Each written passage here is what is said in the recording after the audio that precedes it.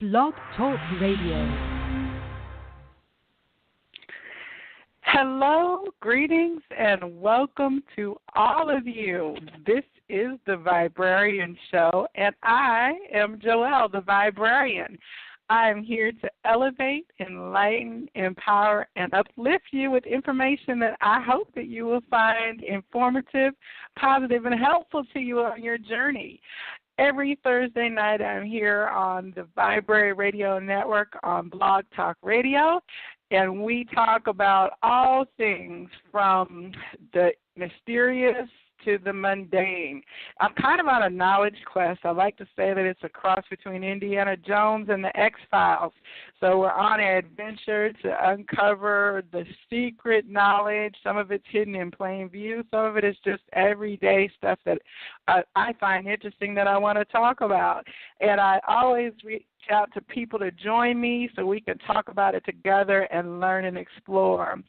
So my show is on every Thursday night. You can call in at 646-668-8988.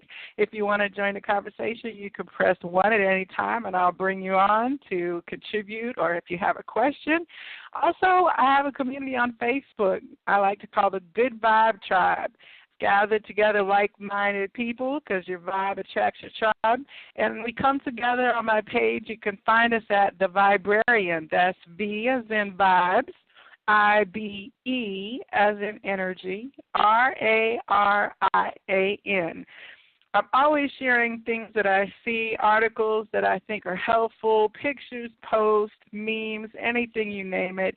Also passing along community information so that you can stay in the know and find out what is going on around you.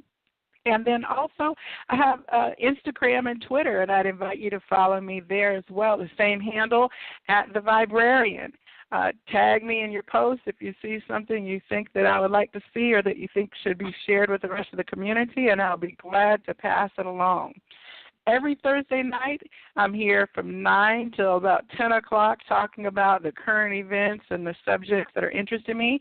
And also, I'd like you to come back on Tuesday evenings because the Psychic Inside show also airs on the Viberarian Radio Network. And every Tuesday, I get to interview people who have discovered their psychic gifts and abilities. And I talk with them about their journey, how they figured out that they were psychic, what it looks like for them, and what they're doing with that gift now.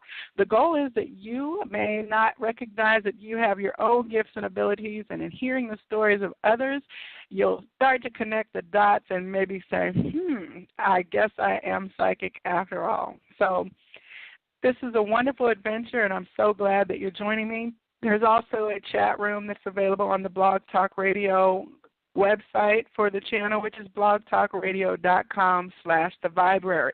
If you have a question and would like me to cover it on air, just drop it in the chat room and I'll be sure to get it online. So without any further ado, let me talk to you about tonight's subject.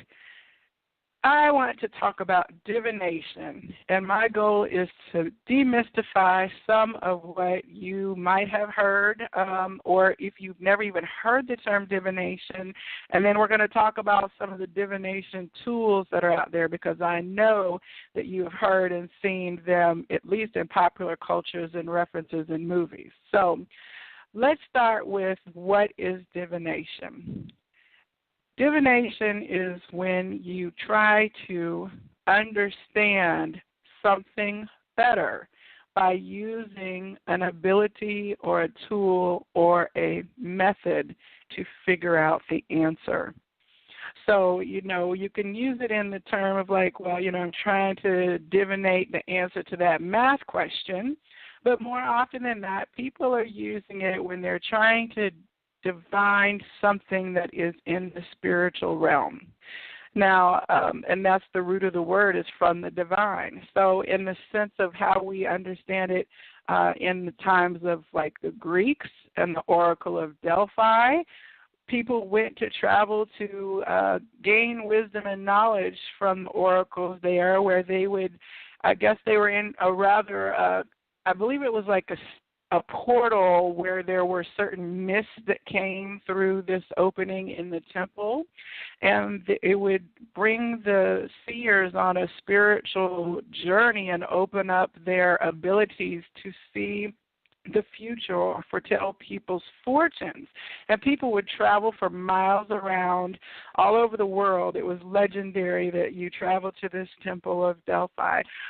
If you look in the Bible, you will hear the story of Joseph, who the king asked him to interpret his dreams for him. And in doing so, the people were saved from a famine. And so those are just two examples of a type of divination that is where a spiritual message comes through an individual. Now, we've also seen things like a crystal ball, and I think we've all seen on TV or the representations of a lady. Usually she's got gnarly hands and a turban and bejeweled fingers, and she's like, oh, come in here, my pretty, let me look at my crystal ball. I joke, but I mean, that's an image we all are pretty familiar with. And, of course, I think it grew popular in the States when we had the whole era of carnival sideshows where you could go and meet with this mysterious and somewhat scary, exotic person who would look into their crystal ball and see if they could tell you your future. So as you can see, these are just a few of a drop in the bucket, really, of the tools that are out there that people use to try to access the spiritual realm to bring knowledge forward. So, I was not aware, in terms of a crystal ball, I never understood exactly what it was about a crystal ball that made it a tool. And it always seemed like the movies where I saw it, it would be a misty image that would appear inside of the crystal ball, and then the seer would tell them what they see. Now, I believe that everyone has the ability to use tools differently. So I'm only speaking from what I've experienced and what I have heard directly people who use these tools have shared with me in my journey.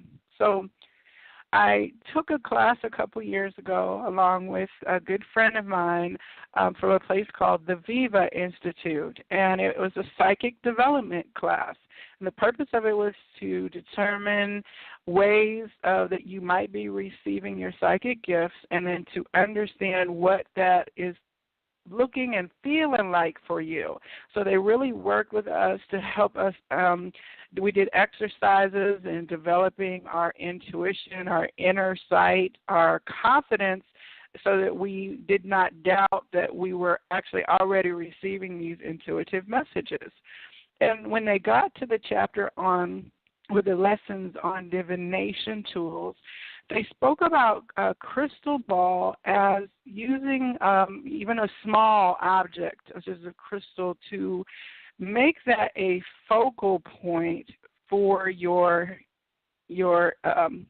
intention when you're trying to receive a message. And for some people, they may actually then see in their mind's eye, their third eye, an image, a movie kind of scene play out in front of them, or an object such as a person's face or an animal, symbolic animal. And in that case, they're using the crystal ball as a pass-through. They're not actually seeing in the crystal ball, but they're focusing on that crystal ball. And it's almost like if you imagine your bedroom in your brain, that is actually using your third eye. You're creating or seeing your room as it exists in your mind's eye. And for some people, when you focus on an external object, it's almost like it frees up your third eye to receive an actual clairvoyant image within that third eye space. Now, other people might actually see in the object the picture that they're describing rather than it being internal to their mind's eye. And I think it's just very much individualized in how your gift of clairvoyance might work. So this is an example of an object that is able to facilitate, again, that connection to the spiritual realm. So I have a little tiny crystal sphere, but I can honestly say I haven't had much success in using that as a divination tool. I know that if you go to the crystal stores, like Phoenix and Dragon is a crystal store here in the Atlanta area, and they have what they call seeing stones, and they're a certain type of quartz crystal that it's kind of flat-sided, and it's clear on one side so that you can look into it, and then it's frosted on the other side. So you hold it in your hand and look into it, and then talk about what you want to see, what you're trying to see. If you're trying to look into a situation or understand what your guides or angels might be telling you. And I think there are other stones, especially those in the quartz family, that are said to be very good for amplifying the images that you might be receiving. I've seen people even put clear quartz on their third eye itself, on their forehead, as a way for those images to facilitate or amplify the image that's coming in through that area. And I think that's very interesting because almost everybody has an LCD TV these days, liquid crystal display. And, I mean, we know a quartz timepieces are some of the most valued and accurate timepieces there are. So we know that quartz is a great amplifier and conduit for energy of all types. So it's not surprising to me then that it is also a conduit for psychic messages and images as well. Now, another tool that you might find that has quartz in it is pendulums. Now, we talked about pendulums on the episode, I believe, last week or the week before. And so a pendulum practice is when you use a weighted object at the end of a string or a chain or another way of it being suspended so that it can move freely back and forth to indicate an answer that the seeker is trying to receive. So in this case, you can make a pendulum out of, I've seen people make it out of a key ring or even like a pin attached to a string, because the whole purpose is that you can either program that pendulum or ask the pendulum to tell you what the indicator, like if it goes back and forth, that would be a yes. If it goes side to side, that would be a no. And so the way that this tool is working, you would start to ask a series of questions in order to get down to the answer you're trying to seek. Now, whenever you're using any divinatory method, I believe that it is very necessary that you ground yourself, set your intention, and then set the guidelines of what it is that you are wanting to experience and the types of energy that you are wanting to connect with.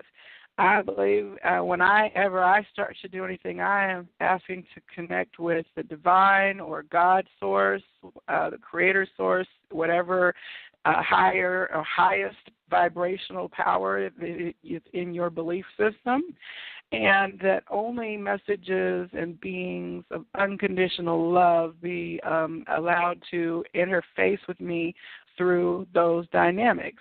And to me, that is very much akin to praying. You know, I'm setting a parameter that I'm talking to the higher. I'm not praying to lower energies to accomplish the things that I'm asking for in my prayer space. So I really am not interested in receiving any divination messages from lower vibration energies.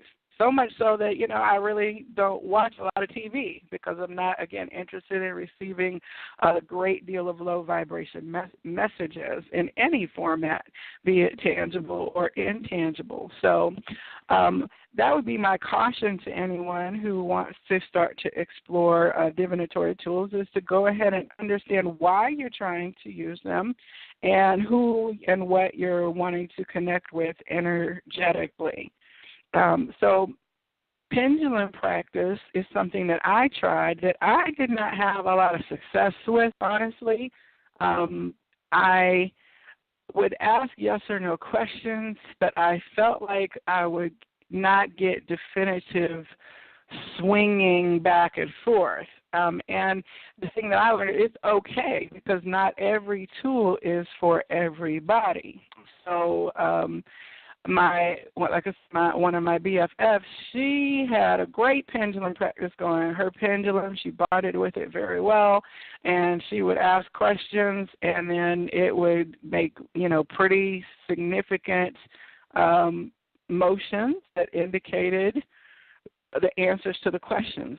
Now, one thing that is interesting and that you'll find when you are dealing with the spiritual realm, the way that we think about things and ask questions is sometimes not necessarily logical or able to be answered in the fashion we're seeking by the spiritual realm. It's almost like our questions might be a little vague, or we might think it's a yes or no question that's cut and dried when really it's not. So there are lots of resources out there on the internet that will tell you ways to structure your questions so that you can have more accurate readings and answers from your pendulum. Now, one of my friends, I'm hoping she'll be on a little later this evening, she has a great, amazing connection with her pendulums, and I have seen her pendulum go, like, not only does it move back and forth, but it would make, like, noises. At one point, we were getting feedback through our video connection when we were video chatting at one point in time because there was so much energy coming through her, and her connection with spirit was so strong. She's a very high vibrational healer. And so it was, like, amazing. I had not ever seen a pendulum move that significantly. Some people tend to be very connected with earth energy and elements of crystals and the ground, and so those methods work very well for them. Scrying, I guess, would be what you call it when you're looking into a crystal ball. But scrying, you can also look into water, and you've seen things like in Harry Potter and different movies where they'll be over a still water, and then they'll see a reflection of the moon, and the next thing you know, an image will come in through the water that then shows the questioner the answer to what it is they're seeking. So these are kind of considered old world. In my opinion, they're considered old world things. And things such as even looking at coffee grounds or tea leaves. Those are things that we hear about, in the 1800s, 1900s, early 1900s, and certainly over in the old world in Europe, reading the tea leaves, where, the questioner will drink the tea and then the reader will look at the remainders in the cup and either know from the placement of the grounds or leaves and the patterning of it what it means, or they will actually see then a vision in their mind's eye that emerges in the grounds or tea leaves. All of these things are quite fascinating to me. I've had one coffee ground reading. It was like a really bitter, dark Turkish coffee, but the reader told me that it didn't function right because the coffee wasn't brewed and wasn't steeped long enough. We were rather pressed for time. It was at a psychic fair type of event where you only really had 20 minutes in order to get your reading. And so it wasn't allowed to steep long enough so that the grounds were separating out from the liquid. Now, there may have actually been a meaning to that in and itself, but she didn't get into it with me. She just told me that it wasn't, wasn't a very good reading, and to try, to come back to her again another time when she had more availability. But these things you probably have heard about, and you don't have to be involved in the psychic or esoteric community to have an awareness of them, because popular culture has dealt with these things for many, many years. Now, pendulum practice is very interesting because I have also seen people who use grids or pendulum boards where you then put into shapes and patterns letters and numbers so that you can receive more than yes or no questions. Now, for some people, this is going to trigger a feeling of possible reservation. Quite honestly, that's one of the less harsh words that I can use for it. When you see a pendulum board, many people think of it in terms of the infamous Ouija board, which is also a board which contains letters and numbers where a person uses a planchette to spell out letters that their hand or the object moves in order to spell out those letters. Now, I personally don't see a big difference between a pendulum board and a Ouija board because, again, they're just letter grids. But I would not necessarily mess with a Ouija board, quite honestly, because I'm a child of I was born in the 70s, so I watched horror movies in the 80s, and that was when I think the name of the movie was Ouija or something like that, and it scared the crap out of me because, the kids were playing with the Ouija board and connected with an energy, and then, of course, all hell breaks loose and everybody winds up dead. So ever since seeing that, I've been very, very much like, oh, no, I'm not messing with that when it comes to Ouija boards.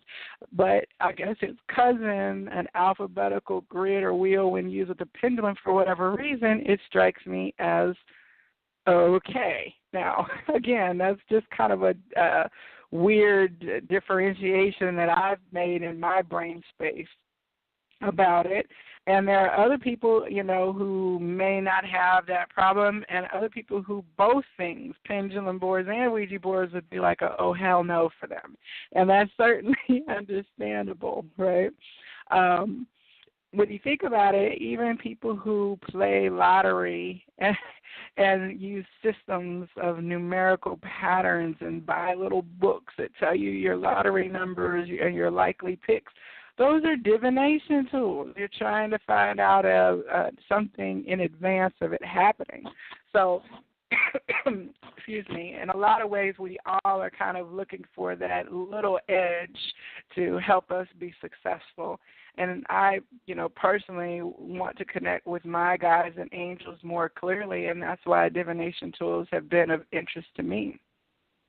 Another old world method of divination are dowsing rods, and I've seen those used as well. I've never had anyone read, but it is like a curved stick, and I've seen an actual twig stick, like a natural stick that has two sides splitting at the end, and people who are kind of the hill people or the forest people or old world folks who've lived in nature and in I don't want to say remote places, but if you imagine like somewhere like Kentucky hills, Georgia hills, folks who have been looking for water when they've been out in the forest, you could use a dowsing rod to tell you where water is. And it's really, again, the sensitivity of the device that is and resonating with the frequency of where the water is underground. And it's almost like Boy Scouts or Girl Scouts, people who learn to read nature, such as like where is the moss growing. A dowsing rod is a tool that would possibly be in their tool belt because they're going to want to be able to not only find out what mushrooms aren't going to kill them, but also find out where the water is going to provide life for you. So I'm trying to just make sure I'm covering a spectrum of things because there really is any number of items that can be used. And it really comes to also a cultural perspective. So when you look at like a Ouija board or a pendulum board, one method that is very similar to divination you will find in some of the African practices, such as working with the Orisha. I've seen people with boards that have been carved and with beautiful ornate symbols, and it's not any kind of alphabet or it's not an alphabet that's used in the traditional sense, but the reader who created the board will understand from their guide how to interpret the numbers and letters that their hand is drawn to when they're moving or where the objects fall on the particular board. They will understand where to interpret that energy based on where it flows.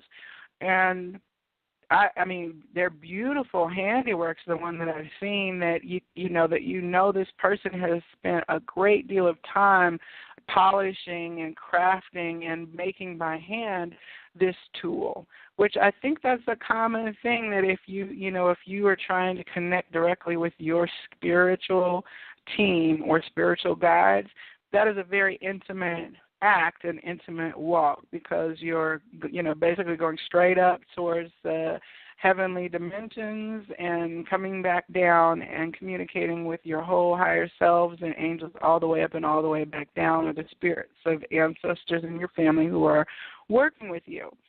So I know a couple individuals who spent a great deal of time building and crafting, and it was almost like a rite of passage. Once they understood how to use them, then it became theirs, and it will probably have no use when they pass on. It's not like you hand it down to someone else, and each divination board is very different, again, because it's customized by the person who's receiving instructions from their guides and angels on how to make it. Some of the other practices that seem to resonate in more indigenous cultures are things like throwing the stones, rolling the bones, throwing the shells. So it really, again, if you are in a Native American or indigenous kind of energy, they would gather objects such as rocks, bones of animals, bird beaks and feathers.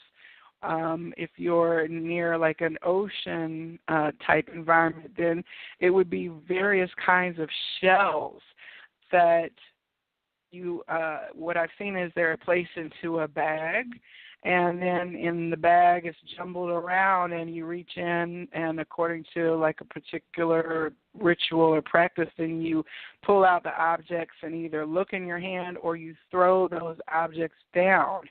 Now, I had a gentleman who was a shaman here in Atlanta, and he had on his table, he had all manners of petrified wood and geodes and crystals and bones and beaks and feathers and even a few small skulls like rat skulls or mice skulls or snake skulls and different objects.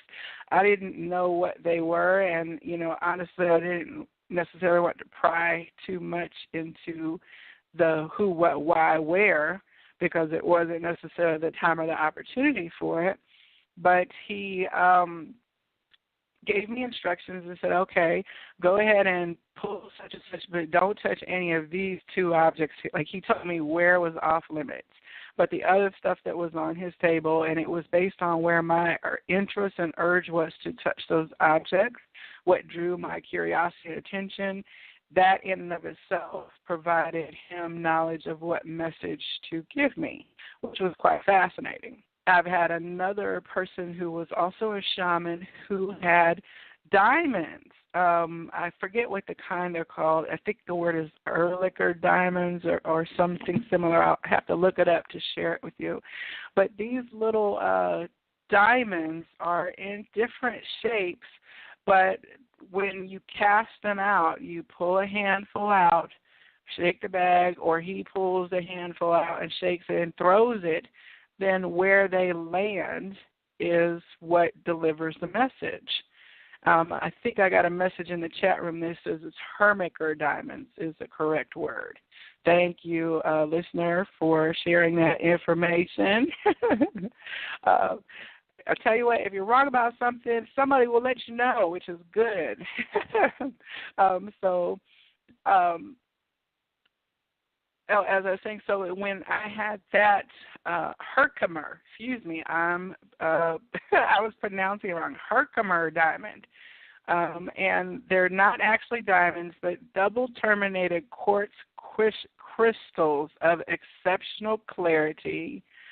Okay, so that's good to know. So no wonder he had so many of them. And they say they are very powerful quartz crystals. So we're back to the whole connection of quartz being a very good transmitter of energy. So when I received that reading, he was able to see past lives in that casting of those diamonds. And it was very interesting to me because, honestly, to me, they all look the same, but I guess it was which angle it was pointed to and what it was pointing towards in terms of other groupings.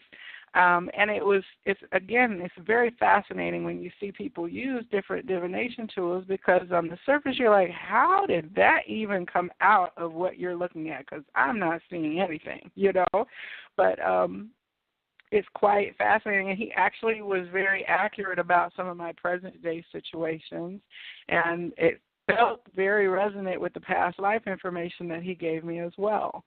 So, now, I did have a situation where I threw the bones, and there were actual bones in there, which was a little weird to me, but the information that came back after that reading was, of course, not harmful or negative in any kind of way. And there was a tooth of something. I don't remember if it was a shark tooth or a bear tooth or something. But, when you're rummaging around in the bag, you're not necessarily trying to focus in on what's this. Do I want to draw this one? Because I didn't want to let my curiosity get the better of me, and then I wind up, I guess it's all kind of meant to be, but it's still, but you just try to get in the bag and get out. Because, I've seen things where you'll, on TV again, where they'll show a monkey claw come out of the bag, and then somebody will say, oh, no, a monkey claw. I don't know that that's really a problem, and I'm assuming that it would be whatever the person has determined that symbolically means when they receive it in the bag. But, of course, a lot of people would never put their hand in a bag and shake it around and pull anything out, period, whether it was a bone, a stone, a shell, or otherwise. So, again, this can be a step too far for most people. But when you look at some of the oldest practices that are happening, especially when you get into more primitive cultures, again, pulling stones out, and the wise woman of the village would throw the bones, throw the stones, and diagnose illnesses in the body, or they might cast onto the body itself, and where the objects land lets them know where the illness is and exactly what to prescribe for it in terms of whatever roots or medicines or nuts or berries need to be given to remedy it. So it's quite such an interesting field when you're talking about divination in general. So this is the Viberarian show, and I'm Joelle the Viberarian, and I'm just having a discussion about divination tools, modern and ancient, of all spectrums. We have some callers who are listening in this evening. If you want to join the conversation, just press the 1 key, and I'll be glad to, bring you on the line to ask a question or contribute to the conversation. Now, I do want to get to some of the divination tools that I am very comfortable using, which would be oracle cards. So actually, before I start with oracle cards, I do have a caller who is coming on this evening, and I wanted to speak with her about her pendulum practice and some other divinatory tools. Do I have Hadiyah on the line with me this evening? Hello? Hi, Hadiyah. How are you? Hi, how are you? I'm wonderful. I'm so glad you could join me on tonight's show. A little bit earlier, I was talking with people about pendulums as divinatory tools, and I was telling how your pendulum swings like and made a noise, like you could hear the energy bouncing off the walls and through the speaker, because your pendulum was just had such a flow and connection with your guides and angels. And I was speaking about pendulum boards and also their cousins, the ouija boards. So I don't know if you have anything that you would like to share about, divination tools and pendulum practice and throwing stones and bones. Those are all kind of things that I've already touched on a little bit, but if welcome you to the conversation. Oh, well, thank you, and I'm honored to be, speaking with you on your show. The first thing that people have to understand when it comes to any type of divination, whether they're using pendulums or some type of device of communication, whether they be tarot cards or what have you. I mean, honestly, all of it is the mode of communication, because we have to find a way to connect to our guides. And so a lot of times there's this big, I don't know, it feels so taboo sometimes in some communities when it comes to trying to speak with the spirit realm. But yet we're always praying that when they try to communicate back with us, all of a sudden it's really spooky, But really it's just a more clear-cut way. It's just a more clear-cut way. And all of us are made out of energy. Our spirit is energy. We emit energy. You touch something, and next thing you know, you have an electrical shock because of the energy that you carry. So utilizing like the pendulum is really allowing your energy, your spirit energy, to lead and guide you, and harnessing that energy and focusing on the pendulum and allowing your own spirit to lead and guide you. Sometimes you can ask that your angels guide you, or your ancestors, however that may be. But all of it's a form of communication, whether you're utilizing crystals, if you're using tarot cards, it's just different languages.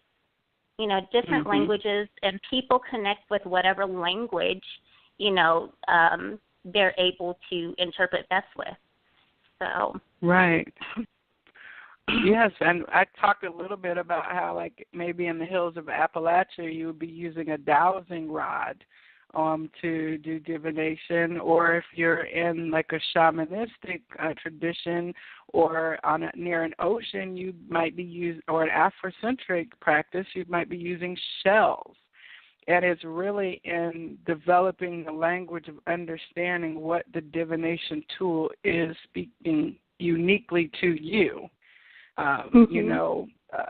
And I was talking also about like the boards that people make that are so beautiful and handcrafted, that it's really a conversation you have with your spirit guides that directs you to create this I guess you would call it like almost like a key code or access item that is divinely given downwards. It's not even, that you start and it goes up. It's dropped down to you.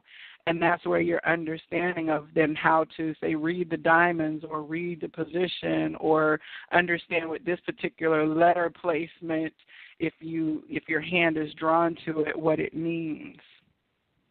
Yeah. I mean, and the thing is, when you're receiving information, well, the first thing is that people trying to first get out of before you even get to that point, because some people, like even the whole concept of opening themselves up to receive communication is such a scary thought. They're like, oh, I don't know what's going to come through. I don't know if, a demon is going to come, or I don't know if, some type of negative entity, so I don't even want to open that, And the thing is that you have to understand vibration. Light vibrates with light. Darkness vibrates with darkness. So, and everything vibrates at a different wavelength. So some things vibrate extremely fast, which is what light vibrates on, that which is good, that which is pure, things where you are sincerely and honestly seeking the celestial realms and divine connection. Those vibrate on an extremely high vibration. And so if that is your intention and you are sincerely trying to connect with, light energy, you're going to connect with light energy. If you are, working in a place of negativity, you're working in a place where you're vibrating on a lower level on things, that aren't so positive, and you're trying to open that portal, well, you are going to invite darkness. You are going to invite things that are not beneficial towards your highest good. And so you really have to look at your heart set before you start talking about divination and opening yourself to spirit and the spirit realm. Look at your heart, look at the sincerity and your intention, and if you're coming from a place of light or if you're coming from a place of dark, because that's what's going to connect with you. But I was thinking as you were talking about those statements, I always, hate hearing it when I hear it from people like the NRA, but they say guns don't kill people, people kill people. So, your tool, itself is not necessarily inherently bad. So like a Ouija board, would you say that Ouija boards receive a bad rap, or is there something inherently skewed negative in supposedly a Ouija board? No, I don't think the board in and of itself is negative. It's just a communication tool. I have my own communication tools, and I actually, my communication tool, though it doesn't look exactly like a Ouija board, it has alphabet and numbers on there, and I get very detailed, very specific information from my guides. And it comes from a space of light, love, that which brings, the highest good and highest purpose to come to pass. So it's not the tool in and of itself, but it's the energy that you invite. And if you're trying to invite that energy, because nothing can come without your permission. You have to allow, you have to give permission, you have to open the door for that. And so if your heart space, even if you don't physically say, I invite, if your heart space is coming from a negative, standpoint, or you're coming from a low vibration when you're trying to do spirit work, then you are going to invite negative energy into you and receive, or do the bidding of whatever that negative energy, harnesses. So it's all about the intent of the person and what it is they're trying to accomplish. But when you have, you're coming from a place, like I said, of light, you're coming from a place of trying to heal, you're coming from a place of trying to serve the highest good, then the information that's coming through, you're connecting to your guides. You're connecting to your angels. You're connecting to the ancestors who want to help you. Every ancestor doesn't want to help you. Let's just put it like that. So make sure you're inviting the ancestors who want to help you and propel you to your highest good. So with that said, understand every tool is only a method of communication, and whatever resonates with you is what you should go with. The Ouija board in and of itself is not a negative thing. It's what energy you allow to come through it. Now, personally, I have my own divination tools. I made my own divination tools.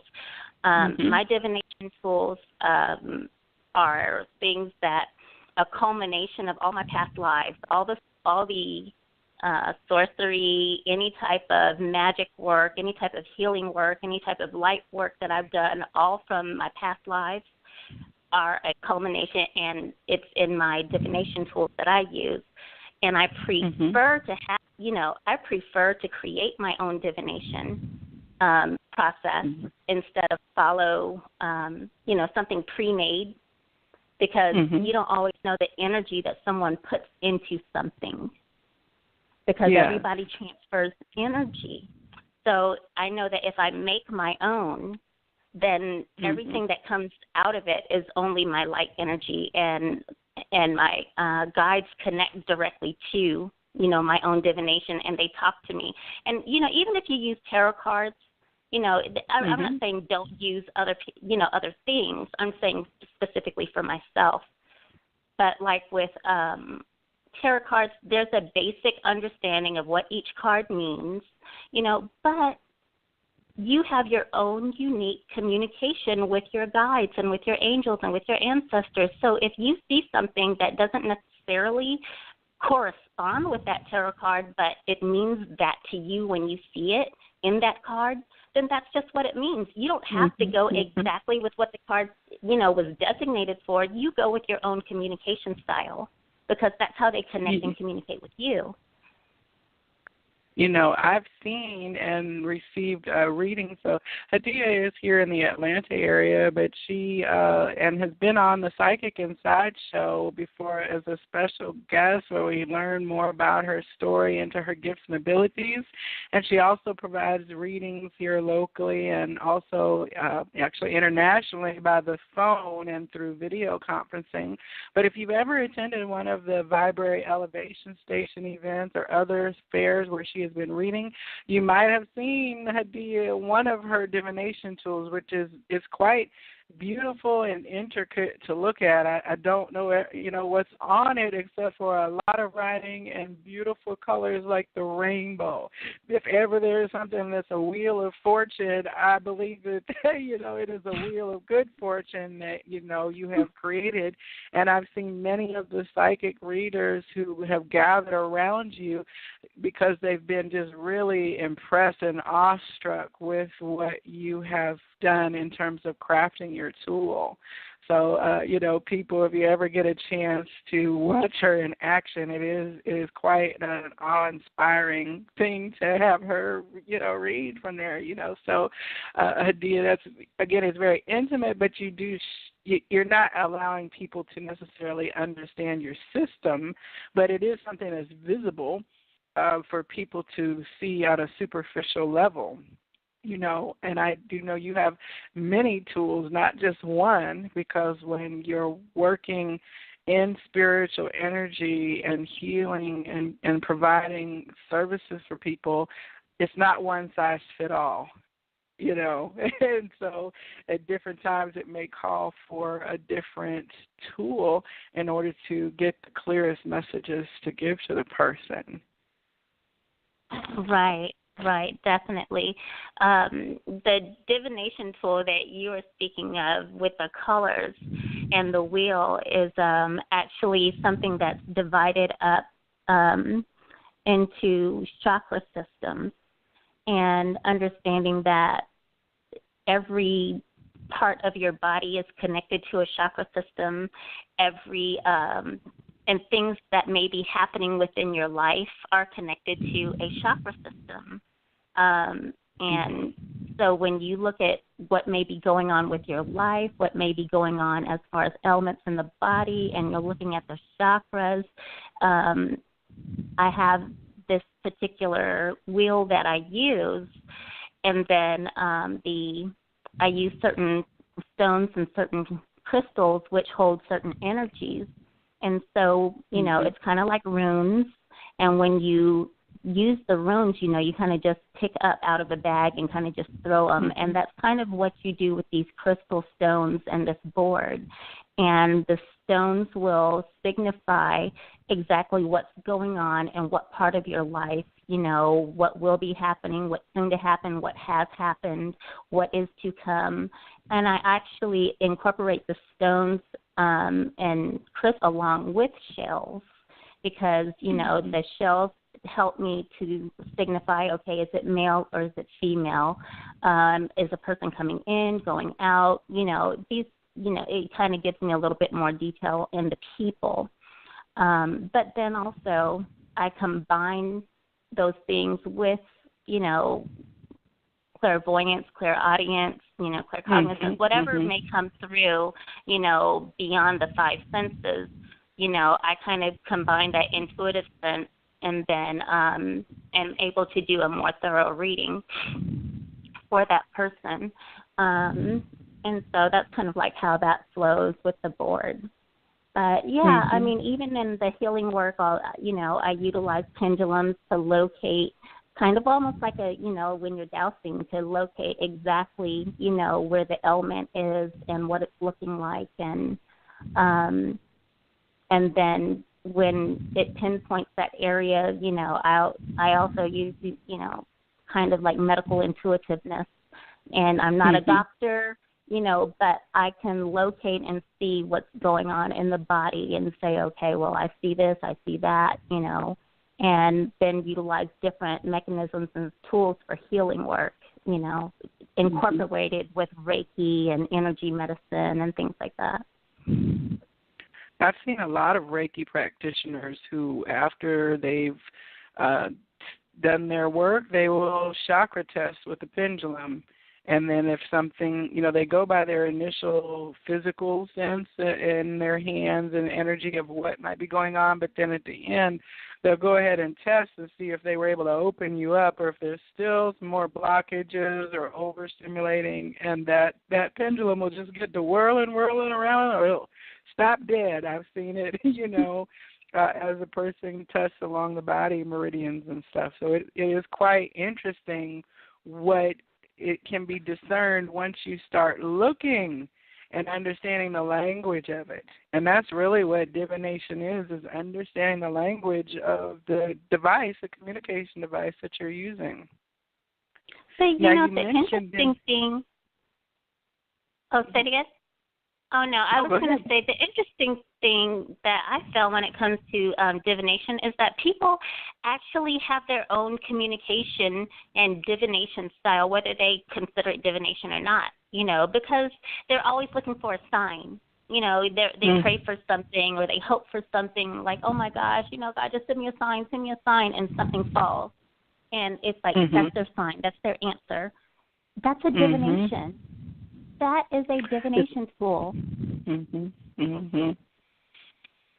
Yeah, people will also call them superstitions, rather tthan divination. Could be I mentioned earlier. Right. It's just people's understanding of it, whether it's seen as with a little kind of air of fear and misunderstanding versus that's my hunch, my gut hunch, my gut feeling, or that's the sign I was waiting for. And I think that we're moving out of some of the negativity that a lot of this stuff was received with as more education is coming out, and we're starting to see that things aren't as dark and shrouded as we once thought they were. You mentioned about even tarot cards and oracle cards, and I was just getting ready to touch on that when you came in, that for a long time I did not know what tarot cards were, and I thought they were one of those witchy, quote-unquote things, again, alongside Ouija boards and other things that were popular culture. And witches get such a bad rap. I know.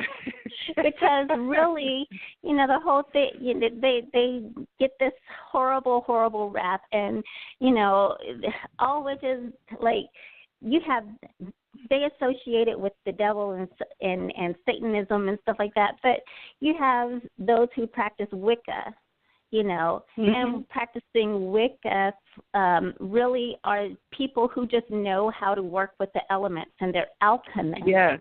They know how to use alchemy, and they, you know, and through Wicca teaches alchemy and learning how to work with elements. And so, you know, but people have, you know, it's just been so, you know, demystified because of the past history, you know, and I just wanted to also take the stigma out of, like, you know, witchy, because it's not every witch, like, you know, serves Satan or whatever it is that you may want to believe concerning, you know, those dark energies. You have a lot of Wicca who actually, you know, are light body energies and who serve, you know, towards the greater good of humanity, but they're looked down upon because they practice Wicca. And, you know, I don't think that, you know, there's just so many stigmas put on the whole, you know, divination and anything that is outside of, you know, your five senses, you know. Absolutely. And that's another thing that I think that we're in a time when, like 25 years ago, when somebody would have said witch, I would have had a totally different reaction than to what I do today. And I think that actually it winds up being, it was a way of suppressing the divine feminine, because it's generally 90% of the time been used to persecute the women who had the herb lore, who had the medicine craft, who had the earth craft, especially if you're over in Europe and you're talking about your Celtic and Druidic practices and those things that predate the modern Christian concepts that had to be squashed out in order for Christianity to become a political mindset. And also you find amongst indigenous practices such as Africa and Native Americans, well, they'll say, oh, that's the witch doctor. And you always see in movies these terrible depictions of fearful-looking people in these extreme get-ups that they overemphasize the sinister look. And, of course, we have to look at the source, and the source is in order to squash the power as a threat to the system. So it squashes all things that represent that, and at its most fundamental level, our direct connection to our higher source, our higher selves, our angels, and our guides is the most threatening thing to the powers that be, you know, because we're all told to externalize our power, and those things are okay, but those things that give us internal vision and insight are not okay and are scared. And I'm always discovering, like, fear triggers in myself to this day, you know, and I expect I will continue throughout my lifetime, still find fear triggers embedded in me through my lifetime of religious instruction and especially American media consumption. You know, because horror movies and negative, sinister things are constantly pushed out as ideas, and they keep people away from stuff that really can be beneficial to them because of that fear factor. Now, one thing I do know, now oracle cards and tarot cards are another. I find oracle cards very helpful, especially if you're not necessarily interested in learning a system of symbols, numbers, and energies like tarot, because each oracle card now, I mean, there are hundreds and hundreds of beautiful decks that are created by artists who receive images and messages, and they include their own guidebook. So you can, you know, and most of them are only 40 to 50 cards. So I always advise people around me, go get you an oracle deck just to start, because you'll get messages so much clearer than, and then eventually it will kick up your own intuition. but to read the little guidebook that comes with it, but then you will depart from that guidebook as your angels and guides start to work with you through those communication tools. And a typical oracle deck is only maybe $15 to $20. And you can get ones with the images that speak to you specifically. If you like mermaids, you can get a mermaid oracle deck. If you like, they make them for everything now. You like cats, you can get a cat oracle deck or a butterfly oracle deck and begin to use them. But I will say, you mentioned earlier about the tension of something. One of my BFFs ordered a deck very recently, and it was beautiful art. We were both very curious about it, got to looking at it. But then when she read the artist, they had an incantation that they wanted you to say to bond with the deck and to set the energy of the deck when you first start using it. Most of the oracle artists and authors will do that, something very similar. But in this one, there was some language that troubled her. And so she did not wind up using it, but she felt like the creator of the oracle deck in this little incantation was actually going to then be siphoning off energy unbeknownst to the card user. And it was not anything that either of us had ever encountered in the typical mass market decks that we've been purchasing and sharing and looking at over the years. This was a very much more limited type of artist representation that only had maybe a certain number of decks available or printed on demand. But I think she wound up getting to look out on different message boards, and other people were saying, hey, wait a second.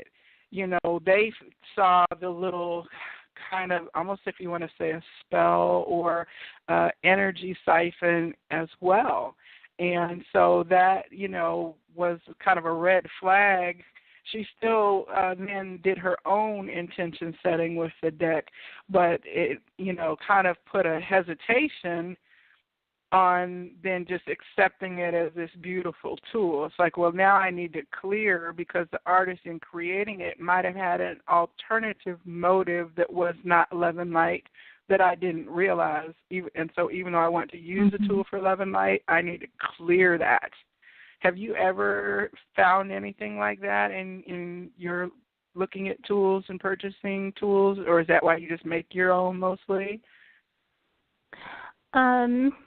Well, the oracle cards that I've used mostly connect with the celestial realm, except the tarot cards that I have.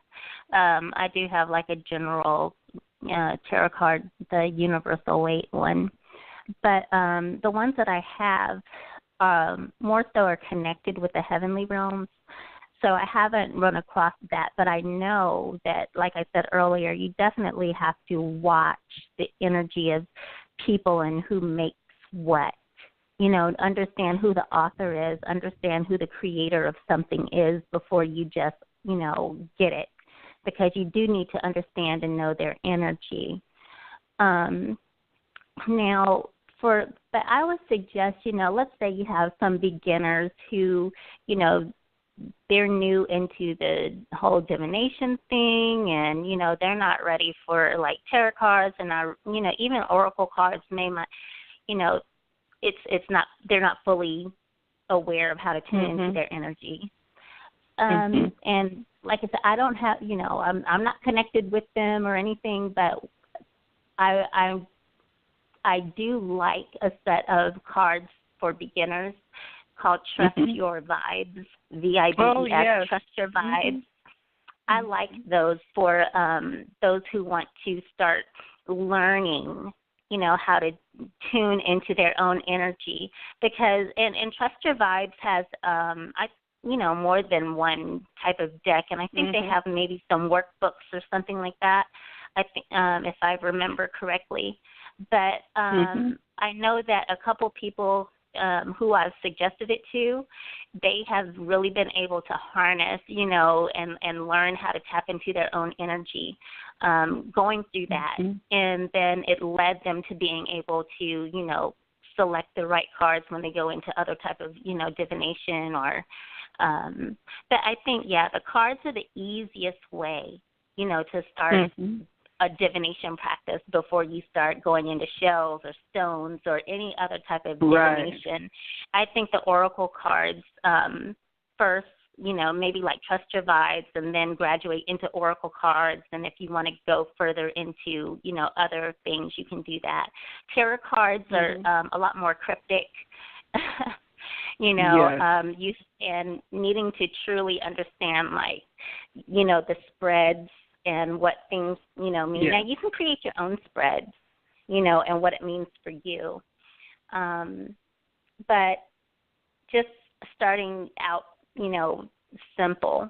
And like I said, and let's say, some people, they're not ready to invest into any type of cards, then, create your own divination.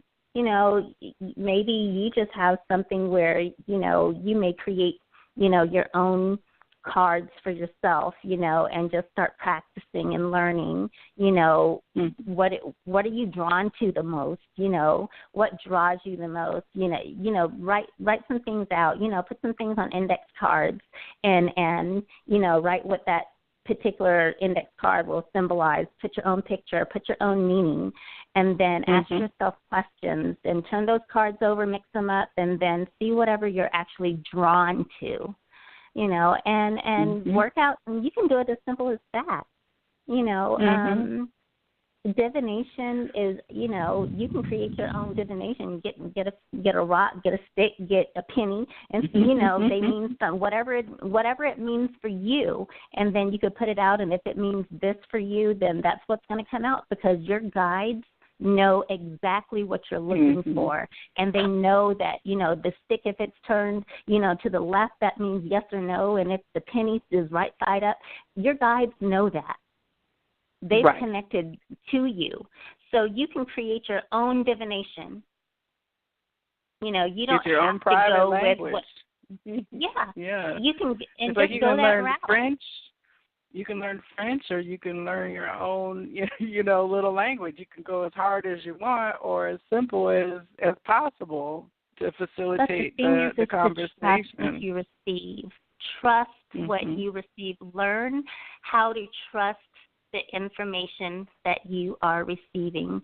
And if, you make a mistake on understanding, it's okay. Now you understand that when it happens that way, that's not what it means. It means this. And then you begin to fine-tune the communication between you and your guides. That it's only through mistakes that you know how to fine-tune and say, oh, I mistook that as that, but this is what my guides really meant. So now I know when it happens that this is what this is. So allow yourself to make mistakes. Don't get frustrated. Keep practicing. You're only going to get good by practicing your skill. Absolutely. And I've heard, if you keep a journal, like when you sat down, what was your question, and then what did you receive? And then over time, you can refer back, because a lot of times we think we're going to remember things, but we won't. And then it may be that later, after your divination session is over, something will pop into your awareness that you'll be like, you know what? Okay, this really means more. It goes a little deep. The deepening of your definition of it will come through when you're kind of not thinking, trying to, what is this? Once you relax into it, it could be later and you're taking your shower and you're like, oh, the penguins. That's Mr. Popper's penguin. I'm supposed to pop over to so-and-so's house. It could be really silly to others who hear it. Exactly, because now here's the funny thing, is that a lot of times we're thinking, sometimes spirit realm is not considering time frame. Let's just put it like that. We think so linear, we think timing, months, days, weeks, and to a degree, time truly doesn't exist. That's why you can go backwards in time, forward, with the clock. You set it forward, you set it back, because time is not real, not in that sense. It's not a concrete thing, and spirit doesn't see it as anything concrete per se. So, like when they give information, I received information 3 years ago, and I was like, what does that mean? I'm only just now making sense of the information that I got 3 years ago. It's like, oh, you guys told me 3 years ago about this, what you said back then, and now it connects. I mean, it kind of connected back then because I was dealing with the situation, but you weren't talking about me in that situation. You was talking about me in a similar situation, but 3 years later, so stop focusing on that because that's not what I need to focus on because in 3 years, but I got the timing of it. You know what I'm saying? It was like I was missing the timing. And so the information comes through. So it's like really understanding, okay, what are you saying? You know, and then also probably needing to know, is this applicable now? Do I apply this to me in a way where, you know, how do I use this information? Because you're giving it to me and you're telling me, but now how do I apply it? What do you want me to do with it? Because then you can understand, okay, well, that means, you know, wait, you know, but the information you says go. Yeah, go, but in 3 years, you know. Right. That's when they say, like, the trick in asking questions to the spiritual realm, I always see do not say when, because when is a linear concept, because in the spirit realm, they're not linear. It's 360 degrees in all directions. Whereas when we think when, we're like starting from this moment. How many seconds, minutes, days, hours? When is my soulmate coming? When will this happen? When, you know? And any ethical reader that I've seen will always say, you know, time is not something that is set in stone because we always have free will and choices. But, you know, anywhere from 4 to 6 months or in the next year, you know, is the most I've seen people do. They won't say it's coming tomorrow. Yeah, the way that my guides usually kind of give me a time frame per se, they don't say in exactly 1 week or in exactly 1 day. They don't do that. What they do is they utilize, and I think it's just because of my connection with astrology, but they utilize astrology. So they'll say, okay, in the time of the next full moon, or they'll say, you know, the eclipse, or they'll say, you know, so I kind of have a gauge in that, you know, or they'll say, okay, Saturn, when Saturn meets Jupiter, you know, so it's like, that's their frame of reference for me. And like I say, so they, and I don't think that all, you know, spirit elements, like, you know, the way that ancestors may experience time and be able to convey time may be different from how angelic realm, you know, or the angels that you deal with, because all angels are not the same. You know, so different angelic realms may, you know, communicate time in a different way versus, you know, ascended masters versus any other kind of celestial beings or whoever's trying to help you in another realm. You know, they're going to refer to time in a different way than what we actually may be familiar with.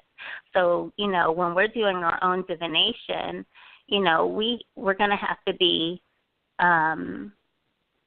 flexible. Maybe we're going to have to understand, you know, how they're interpreting time, you know, because they all interpret time in their own way. So, as I said, it's a very intimate, you know, spirit it's more intimate than sex. You know, most people think that that's the most intimate thing that can happen, but really your connection on up through the higher realms is absolutely like the most sacred and unique to you. It is absolutely as different as you are, from your fingerprints on each thumb being different, and that you cannot judge then another person's spiritual connection, self, any of that. And that's why I'm always fascinated to see what people are doing when they're accessing spirit. Are you using a wooden board that's got fired letters on it? Are you using a wheel that's got chakra colors in it? Are you throwing diamonds? Are you pulling bones out of a bag? Are you just, and, you know, I'm talking about divination through tools, not just through connection to spirit. Right. Is there anything that you've ever seen somebody use that just like utterly fascinated you? I mean,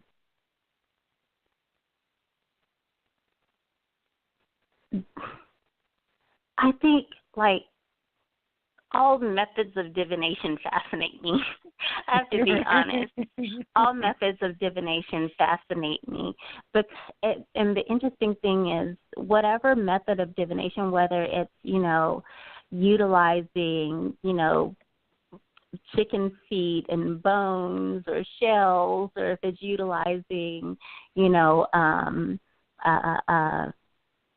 something called the opan, which is through Ifa, or utilizing, you know, smoke. Some people just literally they utilize how smoke flows.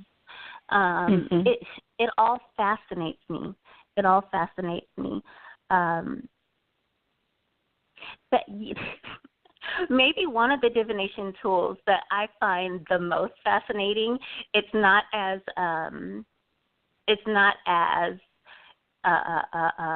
in depth, let's say, as utilizing like chicken feet or bones or things like that. It's the ones with the coffee grounds, you know, and it's like utilizing the coffee grounds and looking in the coffee grounds and seeing the whole picture with the coffee grounds. I'm like, that's freaking amazing. Like, yes, I talked about that at the beginning with coffee grounds and tea leaves. You know, now the one coffee ground reading that I had, she said it wasn't right because it didn't have time enough to steep the liquid off, because we were at a fair and it was like 20 minutes rush, and so she basically was just like, you know, it's not a good reading. And I could see she was fumbling around. She's like, you'll have to come back another time. But I've heard that this particular person is actually very, very accurate. And I don't know, because it just looks like sludge to me, you know what I'm saying? But I know for people who know how to do it, you know, some people just know how to do it because of like almost like an ancestral knowledge. It's like they're like, well, I don't know how to tell you how I knew. You know, I didn't know how I knew what the coffee grounds read, but they started speaking to me. You know? Yeah. So the coffee ground readings, those I don't know. I'm just always fascinated by those. You know. Well, and it's kind of like. What I find is that when I see something, if it piques my curiosity, then I want to know how it works, kind of like a Rubik's Cube. Now, I may not be able to solve the Rubik's Cube, and I'm going to put it down, but I want to play with it a little bit and see. So, like, you know, I started with Oracle, and then at some point I was like, you know what, tarot is fascinating from just a knowledge standpoint when you look at it. And then, you know, so Lenormand cards, which is another cardomancy or method of looking at stuff. Lenormand cards, they're interesting to me, but when I look at the complexity of the actual cards and the way that Lenormand is framed, it's just too much for me right now to add just for my own personal edification. Right now I'm mostly dealing with tools that I could use, not tools just, it's like going to school just for extra credit. And it's a pretty intense subject. Right, now, you read the Norman, one of your oldest decks, I think, is the Norman, isn't it? Yeah, like my very first, like, I didn't know anything about all these other Oracle decks. All I knew was, like, Lenormand and Tarot was the only thing I knew. I didn't know there was easier decks to learn from. So I just jumped right in. But, so the Lenormand, though, those were so much, for me, they were a lot easier at first than the tarot cards. But like, what are the other ones called? Oh, shoot. I cannot think of them, but they're similar to Lenormand cards. But I kind of find that it's a lot more forward in the information. You know, it's like, okay, you know, a man, a woman, you know, dog is loyalty, you know, but then you have a coffin, so it's like the end of loyalty, you know. So it's like a lot more straightforward with Lenormand. So I really did like that a lot. And so, yeah, I still have my very first deck of Lenormand cards, and they look like they were my first deck. Well, but they're my favorite. I could tell they were well worn and well loved. Now, you know, I have a friend who my friend that is into divination as well has a deck that's Italian called the Vera Sibilla, and it is complex like the Lenormand in that each card, it changes its absolute definition by each other card that it comes with. So if there's like 30-something cards in a Vera Sibilla, I'm not sure if that's correct, then it would be 36 times, 3 times, whatever the permutations and combinations. And that, just like with Lenormand, when you do like a full Lenormand spread, it really is like a diagonal according to the system. And like you said, after you learn the system, you kind of learn your own spreads, but it can be very complex and layered, you know. It definitely can. It definitely can. But, you know, anything that you do, it doesn't matter what the divination is, there still needs to be a level of self-intuitive guidance. So you have to tap into your intuition. And, you know, tapping into your intuition and understanding what it means to you, what's the first thing that you get out of it? You know, what is, before you start to analyze what you just received and break it all down, your first gut, what did it say to you as soon as you looked at it? Because more than likely, that's exactly what it meant. Right. You know. And that's one reason why I like the oracle cards, because when I started using them, I would just burst out laughing, because when a card would flip over, I wouldn't even turn to the book. I would be like, oh, my gosh, that's like my favorite flower. And then you realize, well, yeah, they're giving you that card because they know it's your favorite flower. Or you'd be like, oh, I love unicorns. And it's like, oh, look at that unicorn. And you don't even pay attention to the book meaning because it's already triggered something for you. And it's supposed to do that. And once your guides and angels are aware that you are understanding them, you'll start seeing on the side of every truck you pass on the freeway, if penguins is your symbol, and they're like, you know what, my angels just told me such and such because Mr. Popper's penguins came up and blah, blah, blah. You will see penguins everywhere. Like, and I always smile now because I'm like, oh, well, thank you. You all are around me. You know, I'm appreciating the encouragement in this moment. You know what I'm saying? And it will be, again, that's like secret language. And a reader cannot tell you, well, because that's separate from what an external reader is supposed to give you. There's that extra layer of your own. Then, you know, like if a card comes out now and I'm receiving a reading, I receive what the person is being given to me. But if there is an extra layer of conversation, it's almost like them whispering in my ear personally. It's just for me that I understand the extra meaning that has been given in that moment. You know, it's really quite beautiful. And the more you do it, then the more you trust and stop doubting and start to dwell in kind of like the miraculous state of, wow, my angels and guides really talk to me every day. You know, for some people that's a big leap because they think of it as something that's way more remote than what it actually is.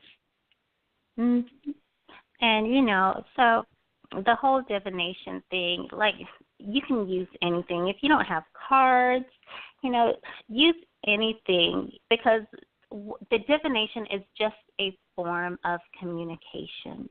And so, you can turn anything into a divination tool, honestly. Depending on whatever communication style you and your guides have, you just fine-tune it. Continue to work with whatever you have available, whatever it needs to mean for you, and, put it out, do whatever you need to do to get the answers, and let that be your divination tool, whether you create your own cards, whether, you utilize pennies and buttons or whatever it is that you want to do. That because reminded me. Anything, yeah. It reminded me that I wanted to share. I recently bought a kit called a Boyer Charming Oracle, and it's this artist, Miss Boyer, who has put together these kits. But anyone can do it. But she picks out charms, like little, not like that. You can go to Michael's or Hobby Lobby, and the little charms to slide on little, in miniature houses, all number of stuff. And so she puts together these kits of 30 or 40 charms that you literally could go for pennies and buy your own, a purse means watch my money, a shoe means get to traveling, a wheel means take charge. And that's super affordable, and it's kind of fun for people who are crafty and hobbyists, put together your little You just have to pouch. remember what it means. Write it down. Just remember what you are saying that each one means. Yes. And also, the Trust I love that. The Trust Your Vibes Oracle is by Sonia Choquette. CHOQUETTE, and she also has a deck called the Trust Your Vibes, and then the answer is simple. And I have actually gifted friends with each of these decks at different points of time because they are so beautiful and so easy to use. I'm looking right now at Amazon, and the Trust Your Vibes deck is $12. So that's another low economic barrier for you to get a tool that you can really use on a daily basis.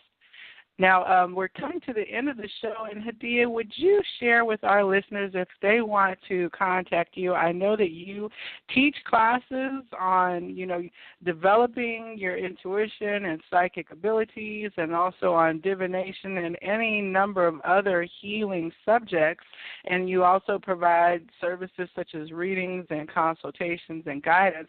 How can listeners get in touch with you? They can, right now, because I'm going to be in the process of changing my phone lines. So really right now the best way to get in touch with me until I formalize some other things is to reach me on Facebook under Hadiyah Talks. H as in Henry, A, D as in David, IYAH, Hadiyah Talks. And I'm on Facebook, and they can just go to my page and send me a message, and I'll get in touch with them, and we can talk about classes. Right now I'm trying to formalize teaching like basic astrology classes, and I have finished up with a series of psychic development classes, and I'm going to see if I'm going to dedicate, more time to doing more psychic development classes. But right now my focus is on astrology basics. And then, again, yes, I do readings, I do spiritual healings, chakra cleansings, Reiki, energy medicine. So, yeah, people can definitely get in touch with me on Facebook. Well, I appreciate you calling in, and I definitely will provide links to your page and services in the publication notes for this video as well as on the Facebook page. Make sure that you all check out the Viberary YouTube channel. That's Viberary. And there you'll find a collection of all of the radio shows that have been broadcast so far on the Viberarian Radio Network. Hadiyah's story on the Psychic Inside is there, as well as several other weeks' worth of stories. And then we've also got previous episodes of this show where we've talked about everything from astral projection to dreams, dream symbolism, and now divination. So I just invite you to connect with us. So be back next Thursday at 9 o'clock for another show where we'll talk about something. I believe next week we're going to be talking about the Akashic Records. And on Tuesday I will be joined on the Psychic Inside show by Emily Harrison, who is the founder of the Akashic Academy. And she's going to share her life story. And then on Thursday we're going to go deep into the Akash and about what it's really all about and what kind of information can come through to you about your kind of personal record of beingness. And so I definitely invite you to come back next week. This has been the Viberarian Show, and I've been joined tonight by Hadiyah of Hadiyah Talks. Hadiyah, thank you so much for calling in. And I wish that all of you listeners have the most wonderful week and you have all of the blessings that you can possibly contain in your life and all love manifests for you. Namaste.